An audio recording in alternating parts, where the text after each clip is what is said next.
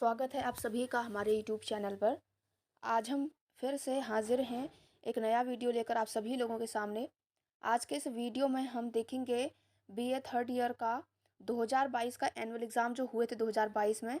इसका पेपर है आज पॉलिटिकल साइंस का फर्स्ट पेपर। इसको आज हम देखेंगे कि किस प्रकार का जो है प्रश्न पत्र आया था 2022 में बीए थर्ड ईयर का।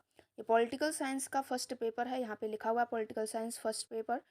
इंटरनेशनल पॉलिटिक्स जो है बुक का नाम है आपकी, आप देख लीजिएगा। अगर आपके सिलेबस में ये सब चीज़ें हैं तो इसमें से कई क्वेश्चन जो है आपके पेपर में भी पूछे जा सकते हैं।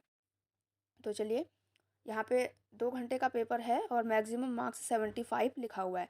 2022 का है। अब हम यहाँ पे देखेंगे कि किस प्रकार के जो है प्रश्न पूछे गए हैं।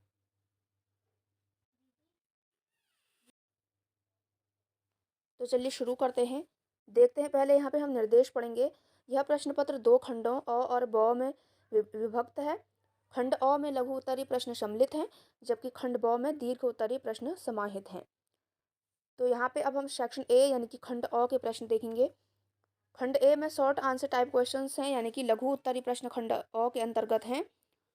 अब हम यहाँ पे देखेंगे नोट, यहाँ पे जो लिखा हुआ है, attempt any 4 questions, each question carries 13 marks.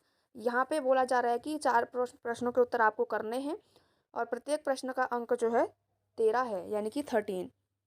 तो देखेंगे यहाँ पे किस प्रकार के प्रश्न हैं। अब प्रश्न नंबर 1 से यहाँ पे शुरुआत होगी। सेक्शन ए के अंतर्गत कितने प्रश्न हम देखते हैं यहाँ पे। तो यहाँ पे सेक्शन ए के अंतर्गत पहला प्रश्न है, अंतर्राष्ट्रीय राजनीति के आदर्शवादी सिद्धांत की विवेचना कीजिए। अंतर्राष्ट्रीय राजनीति के आदर्शवादी सिद्धांत की विवेचना यहाँ पे करनी है। उसके बाद सेकंड क्वेश्चन आपका है, राष्ट्रीय शक्ति में नेतृत्व की भूमिका स्पष्ट कीजिए। राष्ट्रीय शक्ति में नेतृत्व की भूमिका स्पष्ट करनी है। उसके बाद तीसरा प्रश्न है आपका, विदेश नीति का राष्ट्रीय हित के साथ संबंध स्पष्ट कीजिए। विदेश नीति का राष्ट्रीय हित के साथ संबंध जो है उसको स्पष्ट करना है। उसके बाद चौथा प्रश्न यहाँ पे है, नव यथार्थवाद पर एक संक्षिप्त टिप्पणी लिखिए। नव यथार्थवाद पर एक संक्षिप्त टिप्पणी यहाँ पे लिखनी है। प्रश्न नंबर 5 है, गुटनिरपेक्ष आंदोलन में भारत की भूमिका का वर्णन कीजिए। गुटनिरपेक्ष जो आंदोलन हुआ था, इसमें भारत की भूमिका क्या थी, इसका वर्णन करना है। चलिए, उसके बाद प्रश्न नंबर 6 हम देखेंगे यहाँ पे। प्रश्न नंबर 6 है यहाँ पे, आर्थिक, सामाजिक और सांस्कृतिक अधिकारों संबंधी प्रतिज्ञा पत्र की व्याख्या कीजिए। आर्थिक, सामाजिक और सांस्कृतिक अधिकारों संबंधी प्रतिज्ञा पत्र की व्याख्या यहाँ पे करनी है।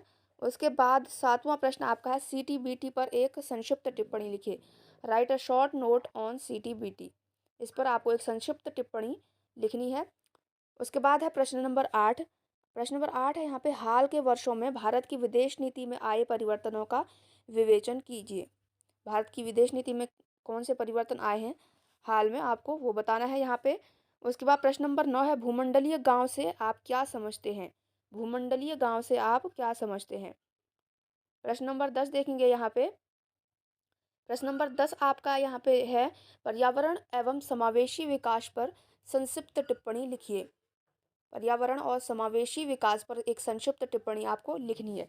तो यहाँ पे प्रश्न नंबर 10 तक जो था आपका सेक्शन ए यानी कि खंड अ था। इसके अंतर्गत आपने देख लिया 10 प्रश्न पूछे गए हैं।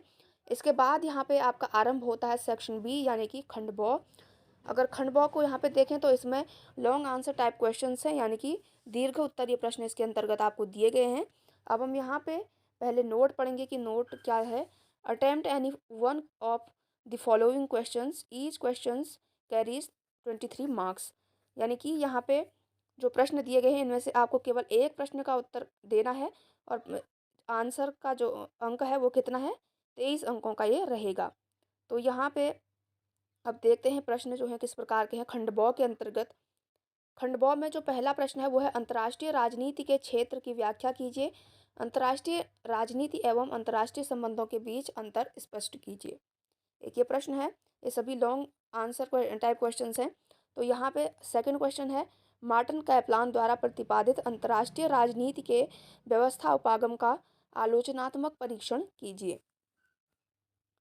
फिर थर्ड क्वेश्चन आपका है यहाँ पे, विदेश नीति के निर्धारक तत्व समझाइए। विदेश नीति के जो निर्धारक तत्व है उनको आपको समझाना है। उसके बाद आगे बढ़ते हैं। प्रश्न नंबर 4 यहाँ पे हम देखेंगे। प्रश्न नंबर 4 है, शीत युद्ध के अंत के लिए उत्तरदायी कारकों का परीक्षण कीजिए। यानी कि जो शीत युद्ध हुआ था उस युद्ध के अंत के लिए जो उत्तरदायी कारक थे, यानी कि वो उसका अंत क्यों हुआ, उसके उत्तरदायी कारकों का परीक्षण आपको यहाँ पे करना है। तो ये प्रश्न पत्र था बीए थर्ड ईयर का 2022 का पॉलिटिकल का first paper. Annual exam 2022 political science first paper यहाँ पे लिखा हुआ है। देखिए, प्रश्न पत्र को देख करके आपको सिर्फ यहाँ पे प्रश्नों पे फोकस करना है कि प्रश्न जो हैं किस प्रकार के पूछे गए हैं, क्योंकि आपका जो प्रश्न पत्र है वो इससे अलग भी हो सकता है, उसमें इससे कुछ अधिक प्रश्न या फिर इससे कुछ कम प्रश्न भी जो है आ सकते हैं। इसलिए आपको जो है प्रश्नों पर फोकस करना है कि प्रश्न जो है किस प्रकार से पूछे जा सकते हैं। तो इनमें से कई प्रश्न ऐसे भी हो सकते हैं जो आपके एग्ज़ाम में पूछे जाएँ, क्योंकि प्रश्न जो है कई बार दोहराए जाते हैं। अगर आप बीए थर्ड ईयर के स्टूडेंट हैं तो ये वीडियो आपके लिए मोस्ट इम्पॉर्टेंट था। इससे पहले मैंने सोशियोलॉजी के जो 2 पेपर थे वो अपलोड कर दिए हैं। अगर आप सभी लोगों ने उनको नहीं देखा होगा तो एक बार आप उनको भी देख लीजिएगा। तो ये वीडियो पॉलिटिकल साइंस का फर्स्ट पेपर, इसमें हमने बताया आपको किस प्रकार का आया था 2022 में। आशा करती हूँ कि आपको ये वीडियो पसंद आया होगा। अगर आप सभी लोगों को वीडियो पसंद आया तो प्लीज़ वीडियो को लाइक शेयर करना बिल्कुल भी ना भूलें, और आप चैनल को सब्सक्राइब अवश्य कर लें। हम आपसे मिलते हैं अपने अगले वाले वीडियो में, तब तक के लिए बाय बाय, टेक केयर।